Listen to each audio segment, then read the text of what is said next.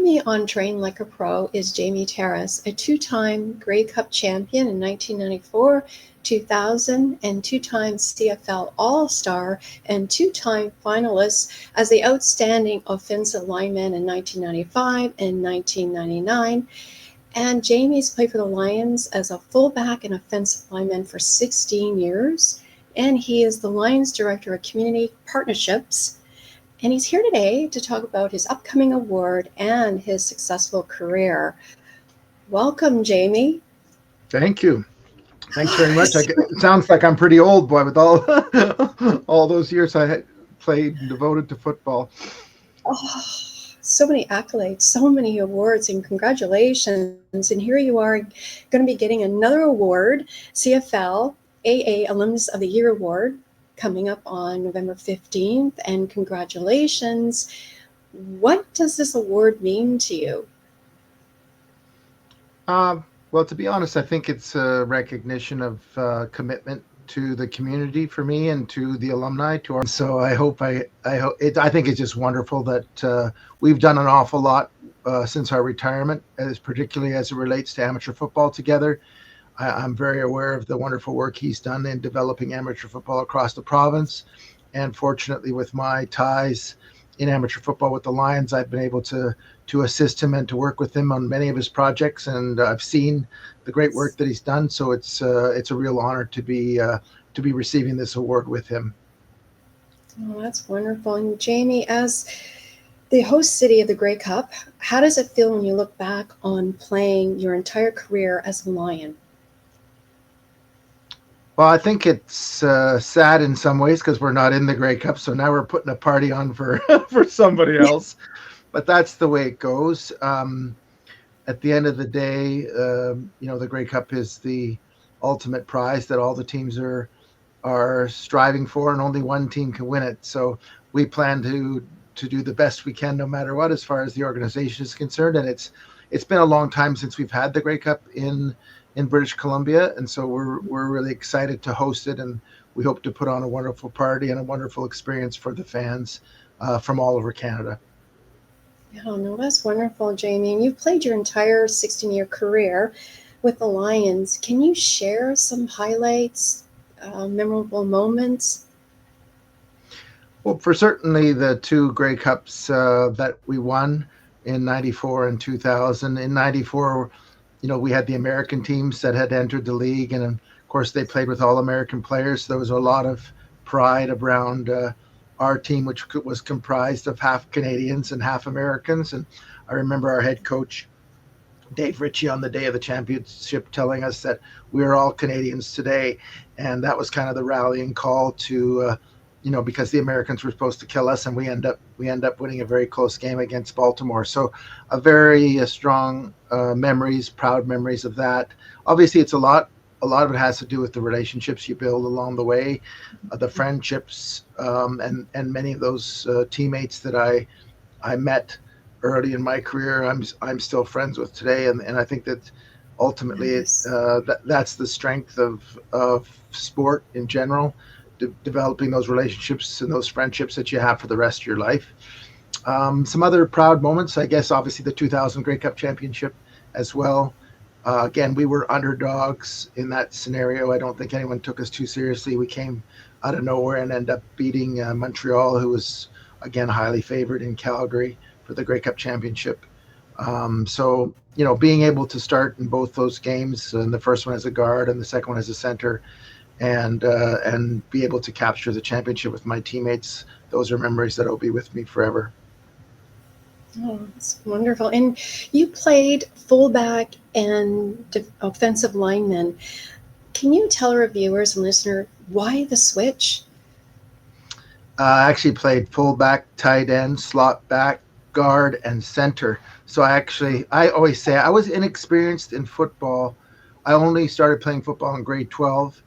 And then I went on to play 3 years in university, and then I was drafted by the Lions. So I was really a raw talent, I suppose you would say. And initially came out, although I had played guard in college as an undersized guard. The Lions wanted to convert me to a fullback, And so I attempted that position for 4 years, and I also played tight end and a little bit of slot back. I mostly blocked, though. I rarely got the ball, so that's what I was good at. And then when Bob Ovilovich actually became our head coach, he remembered me as a guard at the University of Western Ontario, and he had had some success converting another fullback in Toronto to the offensive line. I had surgery on my knee and gained some weight, and so he asked me to make the switch, and that's kind of, if all I was doing was blocking anyways, I rarely ever got the ball, so I figured I might as well do it full time as an offensive lineman, and that sort of was what, along with the injury, was what initiated the switch. Yes, no, thank you. And like, how has the game evolved since your playing days, your professional playing days? I think in our day we were more run focused than they are today. We ran a lot of two backfields. Now they run a lot of one extra receiver with one back, sometimes empty backfield with all receivers. So I think the focus has been more on the pass than in our day.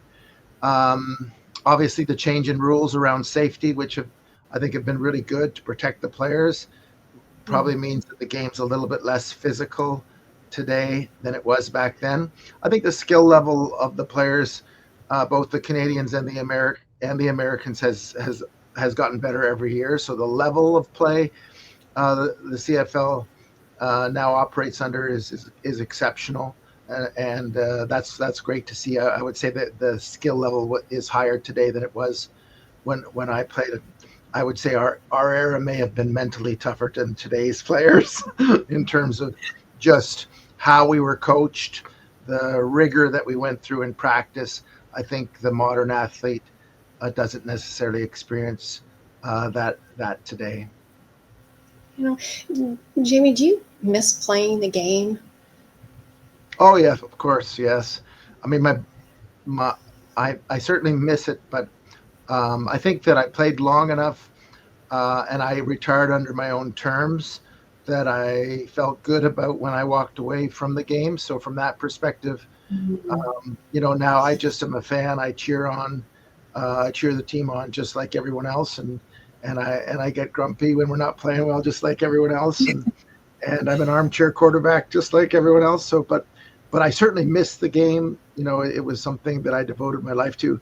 I've been, if you count my playing years and my years with the organization, I've been in professional football for over 30 years. And so, what I always say is, there's never a day when I get up and I don't want to go to work. And I think that's a blessing in my life to have that as a job.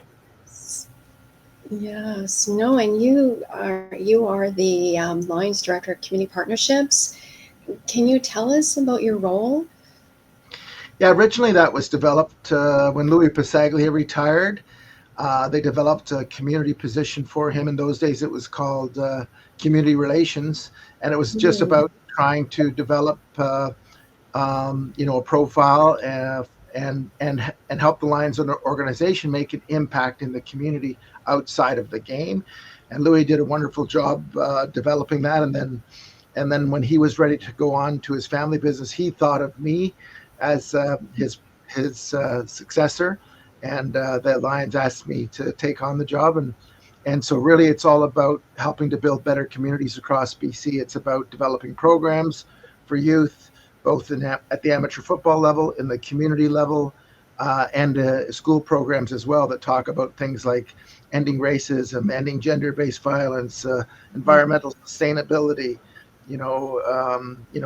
making positive choices, and trying to excel in our lives. So really a lot of what I do is helping to hopefully make a positive impact on youth in our province through the schools and otherwise. We also have some tremendous programs that are fairly new as it relates to developing healthy relationships with the Indigenous community, like our Indigenous Youth Program and our Orange Shirt Day game. And those are also things that are under my portfolio, and we're very proud of the work that we've done there, in some ways being groundbreakers in that area as it comes to professional sport, developing the first Indigenous logo that I can think of for a pro sports team with Kareen Hunt, and also dedicating that game at the end of September to raising awareness for the National Day for Truth and Reconciliation. And those are all things I'm very, very proud of. It goes beyond the game on the field, and it really is about the Lions organization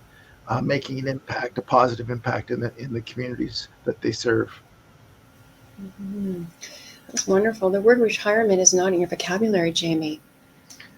No, I can't afford to retire. No, no, no. I mean, I like I said, I really enjoy what I do, and hopefully that shows. And I've got a great team, Mm-hmm. and for the Lions to allow me to continuously look for ways to do fun things that will have a positive impact in our community. Like this year, we introduced women's flag football, and so just trying to engage women in the game of football, and we had a tremendous response, from women and young girls from the age of probably 12 years old all the way up to the age of 70-year-old came out to learn the basics of flag football as taught by our players, and the players are a huge part of this. There's no way that we could do what we do in the community without our players' involvement. They're really the ambassadors and the messengers, and so they deserve a lot of the credit. That's wonderful. And Jamie, is there anything else you'd like to add? Well, I think one of the programs I'm particularly proud of is our Be More Than a Bystander program to end gender-based violence. We've been recognized at the United Nations for that program, and when we first started it, really nobody was talking about at that time what we called men's violence against women, which we now term as gender-based violence. And so I'm very proud of the partnerships and the friendships I've developed through the Ending Violence Association of BC and other partners like iSpark, and the different organizations that we work with, the charitable organizations, the Orange Shirt Society, the Indian Residential School Survivor Society, all those organizations, seeing the great work that they do and being able to partner with them and trying to find a way to do something great together. That's what excites me every day. It's wonderful. And Jamie, thank you so much for your time today, and I'd like you to come back. Sure. Whenever you need me, and thanks so much for having me on. Thank you so much. Bye for now. Bye. Jamie, I'm just going to end the recording.